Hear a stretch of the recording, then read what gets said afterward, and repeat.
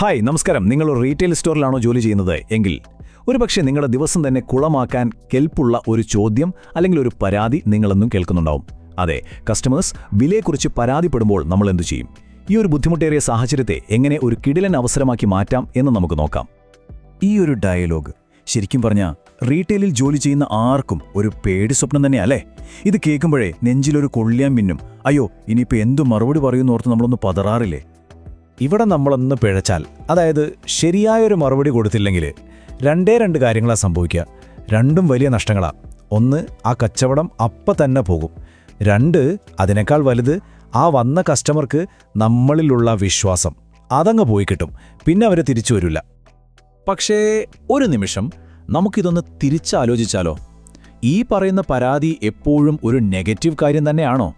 അതോ ഇതിനകത്ത് വല്ല അവസരവും ഒളിഞ്ഞിരിപ്പുണ്ടോ? അപ്പോൾ ഇനിയാണ് കളി മാറുന്നത്. നമ്മുടെ ചിന്തയെ നമ്മളൊന്ന് മാറ്റിമറിക്കാൻ പോവുകയാണ്. വില കൂടുതലാണെന്ന പരാതിയെ ഒരു പ്രശ്നമായി കാണാതെ അതിനെ ഒരു ബൈയിങ് സിഗ്നലായിട്ട് കാണണം.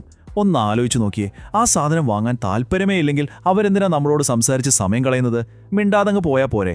അവർ സംസാരിക്കുന്നുണ്ടെങ്കിൽ അതിനർത്ഥം ഒന്നേ ഉള്ളൂ, അവർക്ക് ആ സാധനം വേണം. പക്ഷേ അവർക്കൊരു ഉറപ്പ് കിട്ടണം, അത്രയുള്ളൂ. അപ്പോൾ ഈ ബൈയിങ് സിഗ്നലിനെ എങ്ങനെ നമുക്കൊരു സെയിലാക്കി മാറ്റാം? അതിന് നമ്മളെ സഹായിക്കുന്ന വളരെ സിമ്പിളായൊരു ഫോർമുലയുണ്ട്. അതാണ് സേവ് മെത്തേഡ്. അപ്പോൾ ഇതാണ് ആ 4 സ്റ്റെപ്പുകൾ. എസ്, ഷോ അപ്രീസിയേഷൻ, അതായത് സംഭാഷണം ഒരു പോസിറ്റീവ് നോട്ടിൽ തുടങ്ങാൻ. എ, ആസ്ക് ഡീറ്റെയിൽസ്, സംഭവം എന്താണെന്ന് കൃത്യമായിട്ട് മനസ്സിലാക്കാൻ. വി, വാല്യൂ എക്സ്പ്ലനേഷൻ, ഇവിടെയാണ് നമ്മൾ വിലയെക്കുറിച്ച് പറഞ്ഞ് മനസ്സിലാക്കി കൊടുക്കുന്നത്. പിന്നെ ഇ, ഓഫർ സൊല്യൂഷൻ, ഇവിടെ നമ്മൾ ഒരുമിച്ച് ഒരു പരിഹാരം കണ്ടെത്തുന്നു. ഓർക്കേണ്ട ഒരു കാര്യം, ഇവിടെ തർക്കത്തിനൊരു സ്ഥാനവുമില്ല. സഹകരണമാണ് നമ്മുടെ മെയിൻ. അപ്പോൾ ആദ്യത്തെ സ്റ്റെപ്പ് എസ്, ഷോ അപ്രീസിയേഷൻ. ഒരാൾ ഒരു പരാതി പറയുമ്പോഴേക്കും നമ്മൾ ഡിഫെൻഡ് ചെയ്യാൻ നിൽക്കരുത്. പകരം ഈ കാര്യം ഞങ്ങളെ അറിയിച്ചതിന് ഒരുപാട് നന്ദിയുണ്ട് എന്ന് പറയുക. ഈ ഒരൊറ്റ വാചകം മതി ആ ഒരു ടെൻഷൻ കുറയ്ക്കാൻ. നമ്മൾ അവരെ കേൾക്കുന്നുണ്ട്, അവർക്ക് പ്രാധാന്യം കൊടുക്കുന്നുണ്ട് എന്ന് അവർക്ക് മനസ്സിലാവും. അടുത്തത് ആസ്ക് ഫോർ ഡീറ്റെയിൽസ്. വെറുതെ കേട്ട് തലയാട്ടിയാൽ മാത്രം പോരാ, കൂടുതൽ വിവരങ്ങൾ ചോദിക്കണം. സാറിപ്പോൾ ഏത് പ്രോഡക്റ്റിനെക്കുറിച്ചാണ് സംസാരിക്കുന്നത്? ഏത് കടയിലെ വിലയുമായാണ് താരതമ്യം ചെയ്തതെന്ന് പറയാൻ പറ്റുമോ? ഇങ്ങനെ ചോദിക്കുമ്പോഴാണ് നമ്മൾ വെറുതെ കേൾക്കുകയല്ല, ശരിക്കും ശ്രദ്ധിക്കുന്നുണ്ട് എന്ന് അവർക്ക് തോന്നുക. അതുപോലെ നമുക്കും കാര്യങ്ങൾ ക്ലിയർ ആവും. ഇനിയാണ് വി, വാല്യൂ എക്സ്പ്ലനേഷൻ. ഇവിടെയാണ് നമ്മുടെ പ്രോഡക്റ്റിൻ്റെ വിലയെ നമ്മൾ ന്യായീകരിക്കുന്നത്. പക്ഷേ അത് സൂക്ഷിച്ച് വേണം. ഒരുപക്ഷേ നമ്മുടെ സ്റ്റോക്ക് പുതിയതായതുകൊണ്ടാകാം വില കൂടുതൽ, അല്ലെങ്കിൽ നമ്മൾ കൊടുക്കുന്ന വാറണ്ടി കാരണമാകാം. ചിലപ്പോൾ ആഫ്റ്റർ സെയിൽ സപ്പോർട്ട് കാരണവും വിലയിൽ വ്യത്യാസമുണ്ടാവാം. ഇങ്ങനെ ആ വിലയ്ക്ക് പിന്നിലുള്ള മൂല്യം എന്താണെന്ന് അവർ പതിയെ പറഞ്ഞ് മനസ്സിലാക്കണം. ഏറ്റവും പ്രധാനപ്പെട്ട കാര്യം, മറ്റുള്ള കടകളെ ഒരു കാരണവശാലും കുറ്റം പറയരുത്.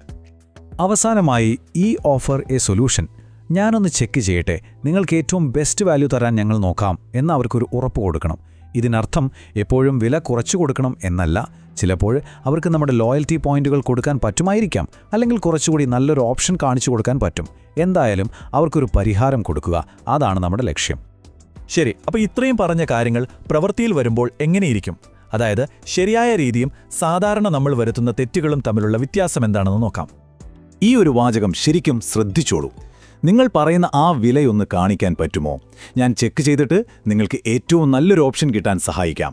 കണ്ടോ, ഈ ഒരൊറ്റ മറുപടിയിൽ നമ്മൾ കസ്റ്റമറുമായുള്ള ബന്ധവും സംരക്ഷിച്ചു, നമ്മുടെ ബിസിനസ്സിൻ്റെ ലാഭവും സംരക്ഷിച്ചു.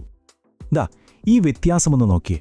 നിങ്ങൾക്ക് ഏറ്റവും നല്ല വാല്യൂ തരാനാണ് ഞാനിവിടെ നിൽക്കുന്നത് എന്ന് പറയുന്നതും, ഓ അവരുടെ കയ്യിലുള്ളത് ഡ്യൂപ്ലിക്കേറ്റ് ആയിരിക്കും എന്നോ, ഇഷ്ടമില്ലെങ്കിൽ പിന്നെ അവിടെ പോയി വാങ്ങിക്കോ എന്നൊക്കെ ധാർഷ്ട്യത്തോടെ പറയുന്നത് തമ്മിൽ ആകാശവും ഭൂമിയും പോലത്തെ വ്യത്യാസമുണ്ട്.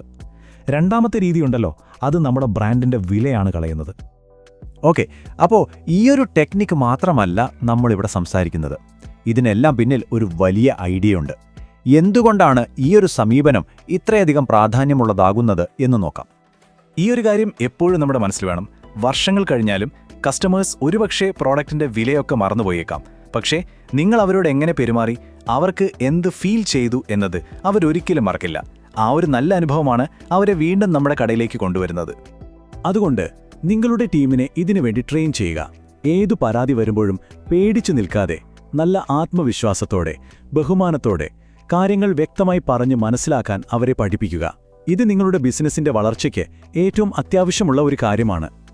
അപ്പോൾ പോകുന്നതിന് മുമ്പ് ഒരു ചോദ്യം. ഈ വരുന്ന ആഴ്ചയിൽ ഒരു പരാതിയെ നല്ലൊരു ബന്ധമാക്കി മാറ്റാൻ നിങ്ങൾക്ക് കിട്ടുന്ന അവസരം ഏതാണ്? ഒന്ന് ചിന്തിച്ചു നോക്കൂ. ആ ഒരൊറ്റ അവസരത്തിനായി കാത്തിരിക്കുക. കിട്ടുമ്പോൾ അത് ശരിക്കും മുതലാക്കുക.